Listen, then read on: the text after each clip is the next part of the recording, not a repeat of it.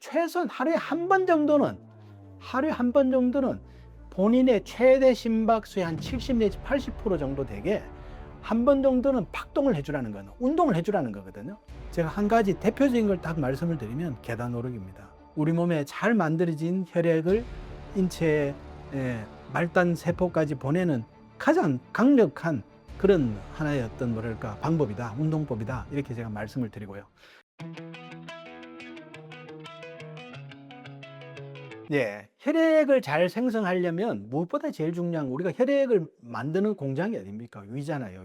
위장. 예, 위장은 진짜 제가 어떤 연금술의 기능을 가졌다고 말씀도 드렸는데, 우리는 위는 음식을 먹었을 때 어떤 음식이 들어오더라도 다 소화시키고 나름대로 분해해서 에너지로 만들 수 있도록 그 강력한 아주 산이 들어가 있거든요. 1.5에서 2 정도의 아주 강력한 이 위산이 있는데, 이 위산은 사실은 쇠도 녹일 정도의 어떤 강력한 산이거든요. 그렇지만은 위도 근육으로 되어 있는데 위 자체는 손상을 안 준다는 거죠. 그게 이제 왜 그러냐면 위벽에 위점막이 있기 때문에 그런 거거든요. 위점막이 음식이나 어떤 자극이 들어와서 손상을 받으면 3일에서 5일마다 계속 옷을 갈아입는 거죠. 그래서 이제 이 위점막이 굉장히 중요하다는 말씀을 드리고요. 그래서 우리가 에너지 생성을 잘 못하는 경우는 결론적으로 얘기하면 위에 문제가 있는 겁니다. 위장에. 왜냐하면 공장이 지금 문제가 있기 때문에 음식을 먹었을 때 그걸 우리가 음식을 나름대로 위장에 부담을 주는 뭐 너무 자극적이거나 너무 어떻든 그 잘못된 음식일 수도 있습니다만은, 말씀드렸다시피 어지간한 경우는 위가 정상적인 경우는 다 해결을 해내거든요. 예. 그래서 위장에 문제가 있는 경우인데, 이 위장에 문제가 있는 경우를 사실은 모든 사람이 똑같은 소화제를 먹어서 되는 것도 아니고 똑같은 식사법을 해서 되는 게 아니라는 겁니다. 왜냐하면 위 기능에 문제가 있는 경우가 한 3가지 정도로, 크게 보면 한 3가지 정도로 구분할 수가 있어요. 이 첫 번째 뭐냐면 위가 무력한 경우입니다. 그러니까 우리가 체질적으로 타고날 때 위 기능이 조금 엔진의 마력이 조금 약한 경우에, 그래서 이런 사람들은 특징적인 게 뭐냐면, 우리가 이 지금 영상이 전달이 될 수 있는지 모르겠는데, 우리가 이제 옷을 벗고 배를 보면요, 이 늑각이 있거든요. 이 늑각이라는 게, 이 각이 일반적으로는 한 90도 정도가 이제 일반적인 정상적인 각인데, 위가 무력하고 위가 적은 사람은요, 이 각이 좁아요. 예각으로 되어 있습니다. 그리고 이런, 우리가 이제 한번 뭐 목욕하고 한번 거울을 한번 보시면 각이 90도가 아니고 약간 좁아져 있다. 그러면 내가 위가 기능이 좀 작구나, 이렇게 생각하시면 되고요. 그리고 이런 사람들은 이제 배를 눌려보면 배에 힘이 좀 없습니다. 무력합니다. 그러면서 늘 평소에 소화 안 되고요. 조금만 먹어도 포만감 생기고, 또 이런 사람들은 음식을 먹었을 때 바로 소화를 못 시키기 때문에 배에 꾸룩꾸룩 물소리가, 또 우리가 이제 한의학에서는 진수음이라고 그러는데 이 물소리도 나고요. 또 밥을 먹고 나면 쉽게 졸립니다. 왜냐하면 위 기능이 작기 때문에 음식을 빨리 소화를 시켜서 뇌든 어디에서 우리가 지원을 받은 이 혈액을 다시 원상 복귀를 시켜줘야 되는데, 위장에서 제대로 해결을 못 하다 보니까 시간이 길어지면서 이제 원대 복귀를 못 하는 거죠. 그러면 이제 뇌가 오히려 일종의 허혈이 되면서 졸리는 이제 이런 현상이 나타나는 거거든요. 그래서 이런 사람들은 이제 체질적으로 타고날 때 위가 기능이 좀 작고 조금 힘이 없는 이런 사람들은 어떻게 해야 되느냐 하면요, 기본적으로 따뜻하게 먹어야 됩니다. 그리고 부드럽게 조금씩 자주, 이 3가지 법칙을 꼭 지켜줘야 됩니다. 그게 핵심이거든요. 어떤 우리가 뭐 좋은 음식을 먹는 이게 중요한 게 아닙니다. 이런 분들은 우리가 기본적인 음식의 구성 요소인 우리가 일반적으로 먹는 탄수화물, 지방, 단백질을요, 가능하면 뭐 특히 이제 이런 분들한테 제가 강조하는 게 밀가루 찬 거 먹지 마라 그러거든요. 특히 여성분들이 이런 경우가 많아요. 뭐 위기능이 약하기도 합니다만은, 또 젊을 때부터 이 다이어트나 비만에 대해서 우려하면서 이제 적게 먹고 위에 편한 것만 먹다 보니까 위기능이 더 성장을 하지를 못한 거죠. 이제 이런 경우가 많은데, 이제 밀가루, 특히 찬 거, 찬 음료수, 냉장고 바로 꺼내는 과일, 이런 거 이제 다 먹게 되면 위기능이 무력한 데다가 차면서 오히려 위기능을 더 오히려 떨어뜨리게 되거든요. 그래서 다시 한번 강조를 드립니다만은, 과일도 밖에 내놨다가 실온에 좀 뒀다 먹고, 좀 어떻게 보면 익혀서 먹거나 구워서 먹거나 또 부드럽게 해서 먹거나, 이제 조금씩 자주 먹는 이 3가지를 지키는 게 가장 에너지 생성의 가장 핵심적인 어떤 뭐랄까 해결책이다, 이렇게 제가 말씀을 드리고, 그 다음에 이제 두 번째는 어떤 경우가 있냐면, 타고날 때 위는 전혀 문제가 없이 타고났어요. 근데 이분의 식습관이 너무 평소에 자극적인 거예요. 매운 거 좋아하고 짠 거 좋아하고 또 급하게 먹고 과하게 먹고, 이러다 보니까 위점막에 이제 상처를 주는 경우입니다. 위점막이 사실은 제가 말씀드렸다시피 강한 위산을 보호하기 위해서 이 3일마다 5일마다 이렇게 3일에서 5일마다 새롭게 이렇게 생성되고 3일 하는 그런 과정이 있음에도 불구하고, 위점막에 상처를 받게 되면 소화가 또 안 되고 문제가 생기죠. 이런 사람들의 특징은 뭐냐면 속이 쓰려요. 그리고 또 아파요. 또 경우에 따라서는 속이 화끈거려요. 또 경우에 따라서는 음식을 먹었을 때 미식거리기도 하고요. 왜 그러냐면 이제 위벽이 상처를 받았기 때문에 음식이 자극이 되는 거죠. 그래서 이런 사람들은 뭘 지켜야 되느냐 하면 제일 중요한 게 뭐냐면 충분히 씹는 겁니다. 충분히 씹는 거. 당연히 맵고 짜고 자극적인 것도 피해야죠. 위벽이 회복이 될 때까지는 당연히 그것도 피해야 되지만 제일 중요한 게 오랫동안 씹는 거거든요. 이게 왜 그러느냐 하면 우리가 음식을 오랫동안 씹으면 당연히 위의 부담도 줄어들죠. 왜냐하면 잘게 부서지면 위장에 들어갔을 때 훨씬 더 그 산에 의해서 분해도 잘 될 거고요. 위의 부담을 줄여줄 수가 있습니다. 그러면서 또 하나는 씹었을 때 타액 속에 아밀라제라는 게 있지 않습니까? 분해해주는 효소가 있죠. 이제 그런 걸 통해서 사실은 소화에 훨씬 부담을 주는 면도 있습니다만은 제가 여기서 강조하는 것은 뭐냐면요. 그런 소화 효소라든지 잘게 부수는 것도 중요합니다만 여기서 더 중요한 것은 침 속에, 우리 침 속에요. 위벽을 재생하게 만드는 상피세포의 성장 인자가 거기 들어가 있다는 겁니다. 그걸 이제 우리가 EGF라고 그러는데요. EGF라는 이 상피세포 성장 인자가 침 속에, 타액 속에 있기 때문에 우리가 침으로 충분히 씹어서 넘겨줘야지만이 그 상피세포 성장 인자가 위장에 들어가서 상처받은 위 점막을 치료해 줄 수 있다는 거죠. 그게 이제 핵심이거든요. 이런 분들은. 그걸 제가 좀 강조를 드리고요. 또 이런 분들이 있습니다. 평소에는 소화에 별 문제가 없어요. 그렇지만 조금 기분 나쁜 소리를 듣거나 조금 신경 쓸 일이 있으면 위가 긴장이 되는 겁니다. 그래서 이런 경우는 배를 만져보면 배가 딱딱해요. 긴장돼 있어요. 딱딱하거든요. 근데 이런 경우는 뭐냐 하면 이 사람은 사실은 위장의 문제가 아닙니다. 위장의 문제가 아니고 이 사람은 허리 이제 이게 만성화되면 신경성 소화불량 또는 신경성 위염이라 그러거든요. 이제 원인은 신경에서 시작이 됐다는 거죠. 우리가 흔히 얘기하는 자율신경이 예민하고 긴장되어 있기 때문에 이 위장은 신경하고 아주 직결이 되어 있어요. 그래서 우리가 조금 긴장하면 바로 위도 긴장이 되는 겁니다. 위가 딱딱하고 가다는 위가 긴장이 되어 있다는 거거든요. 그래서 이런 사람들은 때가 돼도 사실은 스트레스 받고 나면 별로 식욕도 없어요. 먹어도 소화도 안 되고 불편하고 이제 이러거든요. 그래서 이런 사람들은 뭘 신경을 써야 되냐 하면 사실은 뭐 음식을 먹고 잘게 씹고 뭐 이런 것도 따뜻하게 먹는 것도 위에 부담을 덜어주는데 도움은 됩니다만 이분들의 핵심은 뭐냐 하면 식사 전이나 식사 후에 어떻게 보면 좀 명상이랄까요? 좀 이렇게 심호흡이라든지 아니면 가벼운 산책이라든지 이런 마음 챙김이 사실은 중요하거든요. 그리고 이제 더 중요한 거는 이런 경우에 우리가 신경을 써서 위가 긴장이 돼서 식욕도 없고 소화도 안 되고 할 때는 어떻게 하면 잠을 잘 잘까? 이 숙면이 사실은 우리가 자율신경과 호르몬을 조절해주는 핵심 요소잖아요. 이제 뒤에 제가 말씀을 드릴 겁니다. 어떻게 하면 충분한 숙면을 취할 수 있을까? 여기에 이제 포커스를 맞춰줘야지만이 우리가 질 좋은 혈액을 잘 만들 수 있는 하나의 어떤 그 해결책이 되는 거거든요. 그래서 위가 타원할 때 무력한 경우 또는 위는 잘 타원했는데 우리가 평소에 내가 관리를 잘못한 경우 또 어떤 뭐 위가 평소에는 문제가 없는데 조금만 긴장하면 소화도 안 되고 식욕도 없고 이런 위에 어떤 신경성의 문제가 있는 이 세 가지 정도로 구분해서 우리가 나름대로 거기에 맞게 지금 제가 말씀드린 어떤 솔루션을 적용하시면 충분히 좋은 혈액을 잘 만들 수 있고 좋은 혈액을 잘 만든다는 거는 우리 몸의 건강에 가장 일차적인 이건 해결이 됐다는 거예요.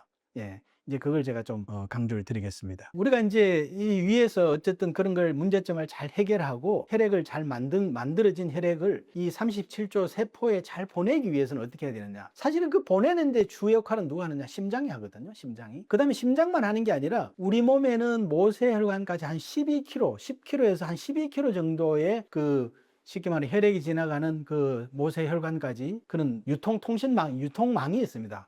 유통망이 있는 건데 그게 사실은 심장이 한 45초에 그걸 주파한다는 거잖아요. 한 바퀴 혈액을 돌린다는 거거든요. 그래서 굉장히 사실 어떻게 보면 심장은 엄청난 그 노동을 많이 하고 있는 거죠.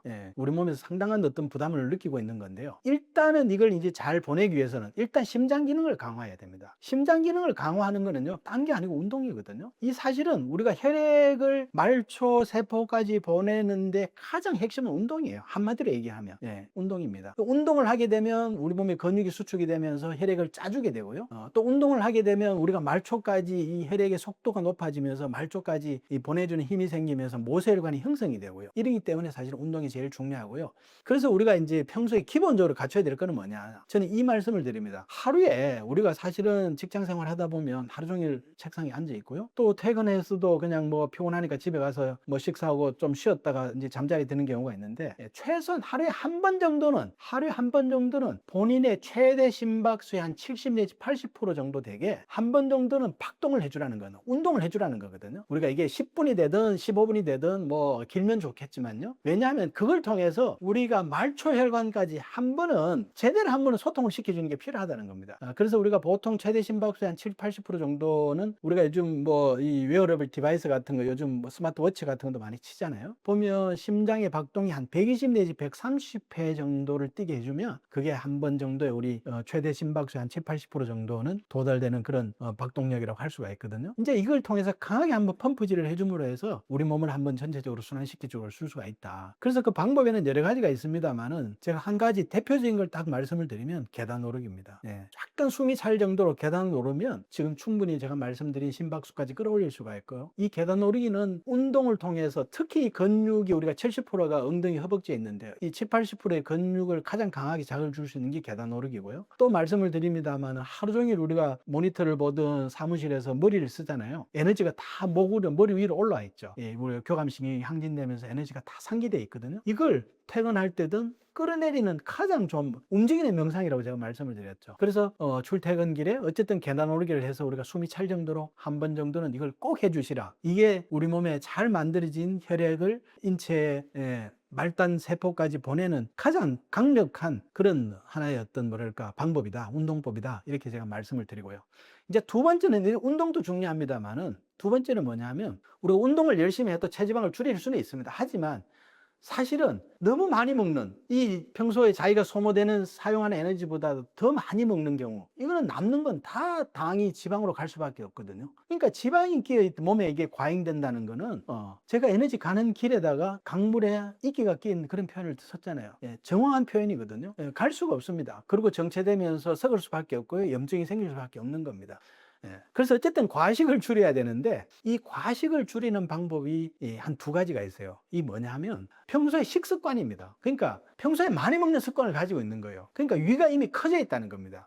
그러면 과식을 줄이는 방법은 뭐냐? 위를 줄이는 방법이거든요. 첫째, 위를 줄이는 방법입니다. 그러니까 위를 줄이기 위해서는 어떻게 되느냐? 일단은 식사량을 한 번에 많이 줄이게 되면 우리 몸은 또 역현상이 나타난다 그랬죠. 예를 들어서 100이라는 양만큼 들어오다가 50만큼만 들어오면 몸은 위기 상황을 느끼는 겁니다. 왜 갑자기 100이라는 게 들어오다 50만 들어오지? 그러면 내일 모레 차후를 위해서 내가 저장을 해야지라는 지방으로 저장하는 모드로 이 인체가 시스템이 바뀐다는 거거든요. 그렇기 때문에 그런 모드로 가지 않도록 적절하게 견딜 수 있을 정도로 줄여줘야 되는 겁니다. 그게 이제 나름대로 의학에서 얘기하는 게 25%거든요. 한 4분의 1, 평소 식사량이 한 4분의 1 정도 줄였을 때는 약간의 배고픔은 느낍니다만은 몸이 전환하지는 않아요. 에너지를 저장해야 되는 쪽으로 완전히 바뀌지는 않거든요. 그래서 4분의 1 정도를 줄여서, 그러면 4분의 1을 줄였는지 3분의 1을 줄였는지 알 수가 없으니까 제가 추천드리는 게 한 접시 식사를 해라. 한 접시에 한 4분의 1씩 우리가 전체적인 양을 눈으로 볼 수가 있으니까 그렇게 하면서, 그 식단은, 체지방은 뭐가 만들어집니까?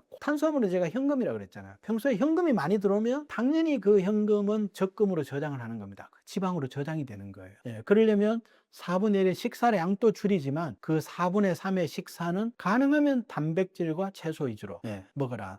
당은 최대한 줄여라. 그래야지만이 부족한 것은 우리 몸에 저장된 지방이라는 적금을 끌어다가 쓰게 된다. 이제 이 말씀을 드리고요. 그래서 목표를 위를 줄인다는 생각으로 한 접시에 4분의 1 식사를 권장을 하고, 여기에서 추가로 하나 더 제가 말씀을 드리고 싶은 거는, 이 식사량을 줄이고 위를 줄이면서 간식을 하면 안 됩니다. 간식을 하게 되면 위를 줄인다는 거는 몸이 그 위에 맞게 지방도 빠져나오고 이런 현상이 되는데, 간식을 먹게 되면 어떻게 되죠? 그 간식을 통해서 과잉된 칼로리가 또 넘치면 또 지방으로 가게 되고, 오히려 줄여준 위도 느리게 되는 거거든요. 제가 이제 임상을 하다 보면 저하고 잘 얘기를 듣고 잘 해서 했던 분들이 1년, 2년 후에 다시 선생님 저 이렇게 됐어요 라고 하는 분들이 보면 간식에 대한 문제점이 있는 경우가 굉장히 많습니다. 그래서 간식을 제가 줄여라, 참 금지하라는 말씀을 드리고요. 그 다음에 이제 두 번째, 이런 경우 있습니다. 식사량이 많아지는 이유가 다른 것보다, 선생님 저는 도저히 식욕 조절을 못 하겠다는 거예요. 음식을 보면.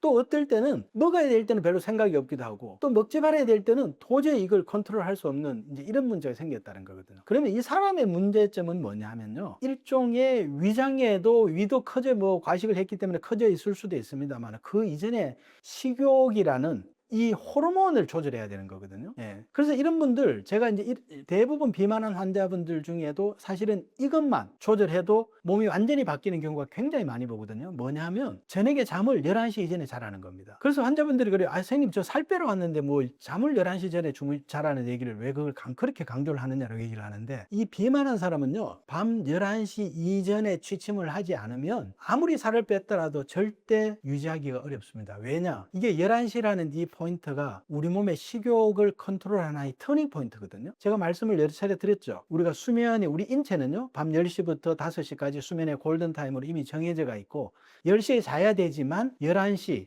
1시간 정도 늦게 자는 것은 우리 몸이 적응을 한다. 그렇지만 1시간 이상이 돼도 잠을 자지 않으면 우리 몸의 호르몬의 시스템은, 우리 몸은 어떻게 인식을 하느냐? 오늘 주인님이 에너지를 써야 될 일이 있기 때문에 나오지 말아야 될 식욕 촉진 호르몬 그렐린이라는 게 나오고 야식의 유혹이 생기는 거거든요. 그래서 밤에 우리가 저녁에 늦게 잠을 안 자고 하면 식욕이 땡기는 겁니다. 이제 그 시스템이거든요. 그걸 해결해 주지 않으면, 그건 무슨 얘기냐면, 그날 밤 11시 저녁에 식욕이 땡길 때 먹고 안 먹고의 문제가 아닙니다. 제가 강조하는 거는 거기 안 먹을 수도 있어요. 참고 안 먹을 수도 있는데, 그 문제가 아니라 이미 나오지 말아야 될 식욕 촉진 호르몬이 그때 나왔다는 거는 내 몸의 식욕 관련된 호르몬이 균형이 깨졌다는 거고, 이것은 낮이든 밤이든 컨트롤이 제 의지대로 잘 될 수가 없다는 얘기입니다. 그래서 식욕 조절이 어려운 사람은 반드시 11시 이전에 잠을 자야 된다. 이걸 제가 강조드리고, 평소에 과식하는 사람은 식사를 4분의 1씩 줄여나가는 방법으로 해야지만이 체지방을 줄이고, 체지방을 줄여야지만이